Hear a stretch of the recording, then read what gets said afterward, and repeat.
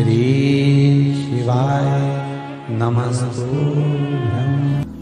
श्री शिवाय नमस्तुभ्यं। भगवान शिव की कथा कर रही है। दिल से किया गया भजन कहीं ना कहीं भगवत की प्राप्ति करा देता। आप हृदय से, चित्त से, मन से जो कहते हैं वो सुनता है, वो श्रवण करता है। एक बात आप लोगों से कहना चाहेंगे, जब भी देवाधिदेव महादेव को जल चढ़ाएं, जल चढ़ाते समय तुम्हारे भावों में, जब हम शंकर भगवान को जल चढ़ाते हैं तो एक स्मरण आपके भीतर रहे, ध्यान रखिए। जैसे ये शिवलिंग है, ठीक है, ये जलाधारी है, कोलपीठी का जिस पर ये शिवलिंग रखा हुआ है, ये जलाधारी, बीच में अशोक सुंदरी, इधर गणेश जी, इधर कार्तिकेय जी। जिस पे शिवलिंग रखा हुआ है ये माता पार्वती जी का हस्त कमल। ऊपर से जो एक एक बूंद पानी नीचे गिरता है वो शंकर भगवान की 5 बेटियां जया, विषहरा, शामली बारी, दौतली और देव। जब शिवजी को जल चढ़ाओ, शंकर भगवान को जल चढ़ाने के लिए सबसे पहले गणेश जी वाली जगह पर जल चढ़ाओ, फिर कार्तिकेय जी वाली जगह पर जल चढ़ाओ, फिर अशोक सुंदरी की जगह पर जल चढ़ाओ, फिर पीठिका पर जल चढ़ाओ, उसके बाद में शिवलिंग पर जल चढ़ाइए। जब अपन किसी कामना के लिए अगर जल चढ़ा रहे हैं तो उसके लिए हमको ये ध्यान रखना पड़ेगा। पहले कहाँ चढ़ाना है? जहां से पानी नीचे गिरता है तो राइट में गणेश जी, लेफ्ट में कार्तिक। जो एक भाग होता है, यहां पर अपन ने जल चढ़ाया गणेश जी को, यहां चढ़ाया कार्तिकेय को, बीच में एक मोटी सी लाइन होती है जहां सुख सुंदरी विराजमान होती है, वहां जल चढ़ाकर और फिर जल को चारों तरफ घुमाने के बाद फिर शिव जी को समर्पित कर। एक बात और याद रखिए, जिन बेटे बेटियों की शादी नहीं हो रही, 30 साल, 32 साल, 35 साल, 40 साल, 28 साल, 27 साल हो गए, उनसे निवेदन है कि जब भी आप देवाधिदेव महादेव को जल समर्पित करें, जल चढ़ाने के बाद शुरुआत भी अशोक सुंदरी से करें और चढ़ाने के बाद में समापन भी शिवलिंग पे चढ़ाने के बाद अशोक सुंदरी पर करें। जब हम कम से कम 3 महीना लगातार अशोक सुंदरी से जल चढ़ाकर, शिवलिंग पे जल चढ़ाकर अशोक सुंदरी पर उस जल की धार का विराम करते हैं तो ये निश्चित है कि बाबा देवाधिदेव महादेव की कृपा से 3 महीने के अंदर विवाह पक्का हो ही जाता है। निश्चितता।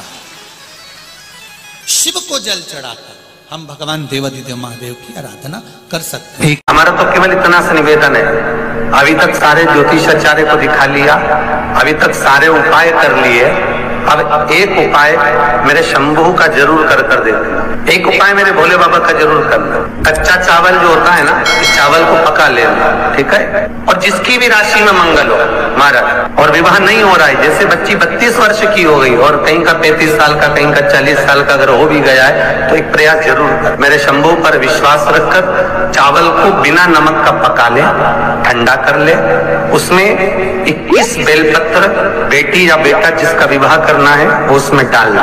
उस चावल को ठंडा कर बेलपत्र डालकर 5 शमी पत्र उसमें डाल, नाम और गोत्र, और उस चावल को ले जाकर किसी भी शंकर के मंदिर में शिवलिंग का श्रृंगार उस चावल से और बेलपत्री और शमी पत्र से कर दो। 7 लोटा पानी 7 भावर के लिए और अच्छे वर, अच्छा घर, अच्छी धर्म पत्नी, अच्छा पति प्राप्त करने के 7 लोटा पानी चढ़ा दो। अपनी कामना कर पूजन कर चावल को वापस निकाल लो। शाम के समय, प्रदोष के समय पर उस चावल का विसर्जन कर दो किसी भी नदी में।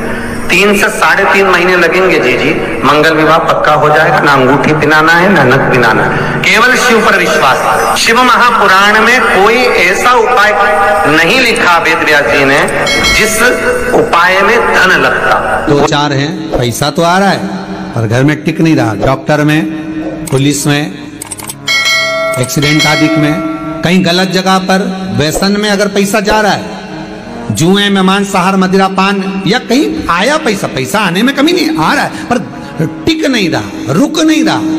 कोई मांगने आ गया, दे दिया, फिर वहां से अपने पास नहीं आ रहा, अपन कह रहे हैं भैया हमारा पैसा लौटा दो, नहीं आ रहा। तो महाराज शिव महापुराण की कथा कहती है, एकादशी के दिन गंगा के जल में मात्र 7 बेलपत्री डालकर जो नंदीश्वर भगवान अर्थात जो शंकर जी के शिवलिंग के सामने नंदी होता है, उस नंदी के चरण पर गंगा का जल चढ़ाकर बेलपत्री शिव पर समर्पित कर देता है, उसके घर में रुपया रुकना चालू हो जाता है। फिर वो गलत जगह पर नहीं जाता, गलत स्थान पर वो धन जाएगा ही नहीं। क्यों कहते हैं जो बच्चा बार बार बीमार पड़ रहा हो, बार बार सर्दी हो रही हो, बार बार बीमार पड़ रहा हो, खांसी चल रही हो, बार बार हॉस्पिटल लेकर भागना पड़ रहा हो बच्चे को, छोटा सा अगर बच्चा है 8 साल के अंदर बच्चा है और बीमार ज्यादा पड़ रहा है, तो आटे का दिया बनाओ, 4 बत्ती रखो, उसमें तिल्ली का तेल डालो, अवधूतेश्वर महादेव का नाम लेकर बच्चे के ऊपर से 21 बार उतारो और किसी चौराहे पर ले जाकर रख दो। जिंदगी में बच्चा कभी बीमार नहीं पड़ेगा,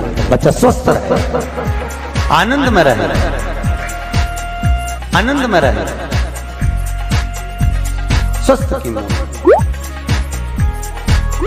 और वैसे भी प्रथम सुख, अरे बोलो तो निरोगी काया, घर का प्रथम सुख निरोगी काया। व्यक्ति अगर धन की मूलता नहीं है, साफ पैसा अपनी जगह पर है, फिर निवेदन करता हूं, धन अपनी जगह पर पड़ा है, सबसे पहला है परिवार में सब स्वस्थ रहें, सर्वे भवन्तु। अगर घर में एक व्यक्ति भी बीमार पड़ा है ना, तो मन नहीं करता परिवार। कोई व्यापार नहीं चल रहा हो तो एक कांच की प्याली में कपूर के 7 टुकड़े, फिटकरी के 2 टुकड़े और खड़े नमक का 1 टुकड़ा केवल उस प्याली में रख दीजिए महाराज। 15 दिन तक रखे रहने दो उसको, आपको खुद मालूम पड़ जाएगा कि व्यापार कैसे चलता है। आनंद के अनुभव होने लगेगा, अपने आप व्यापार दौड़ेगा, अपने आप आपका व्यापार खूब आगे। सूर्य नारायण भगवान को अर्घ दिया और सूर्य नारायण भगवान को अर्घ देकर जिस पात्र से अर्घ दिया था वही पात्र ले जाकर जल शिव जी को चढ़ा दिया। जैसे कल आपको कथा में कहा कि रविवार के दिन सूर्य नारायण भगवान को अर्घ देकर सोमवार के दिन उसी पात्र से शंकर को जल चढ़ाया जाए तो जीवन में जो विघ्न आते हैं, तकलीफें आती हैं, रोग आता है, दुख आता है, कष्ट आता है, बीमारी आती है या कोई विशेष परेशानी आ जाती है, तो वो अर्घ का कलश ले जाकर उसको जब आप सूर्य को चढ़ा देंगे खाली हो जाएगा। उसी कलश को मांझना धोना नहीं, उसी को दूसरे दिन शिव जी पर ले जाकर उस जल को समर्पित कर देने पर फल की प्राप्ति। श्री शिवाय नमस्तु, श्री शिवाय नमस्तु।